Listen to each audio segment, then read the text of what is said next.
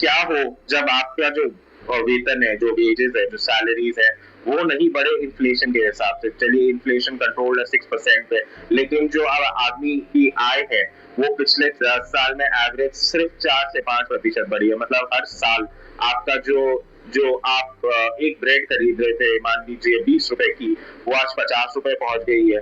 लेकिन तब आप कमा पा रहे थे 2,000 रुपए, आज आप कमा पा रहे सिर्फ 3,000 रुपए। तो उस हिसाब से रेशियो में देखा जाए तो आप के लिए सब चीज महंगी हो रही है, क्योंकि आपका वेतन नहीं बढ़ रहा है, आपकी आय नहीं बढ़ रही है, आपकी इनकम नहीं बढ़ रही है।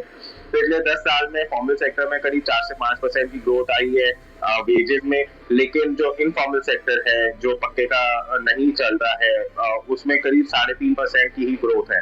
तो जो आपके घर पे जो वर्कर्स काम कर रहे हैं, मान लीजिए आप उनको 10,000 रुपए की तनख्वाह दे रहे थे, बढ़ते बढ़ते अगर वो 10 सालों में 12,000 या 13,000 भी पहुंची है, तो उनके खर्चे ज्यादा हो गए हैं। आज वो अगर वो कल 10 रुपए सेव कर पा रहे थे, 100 रुपए सेव कर पा रहे थे, तो आज वो केवल वो शायद सेव भी नहीं कर पा रहे हो, क्योंकि खर्चा इतना बढ़ गया है।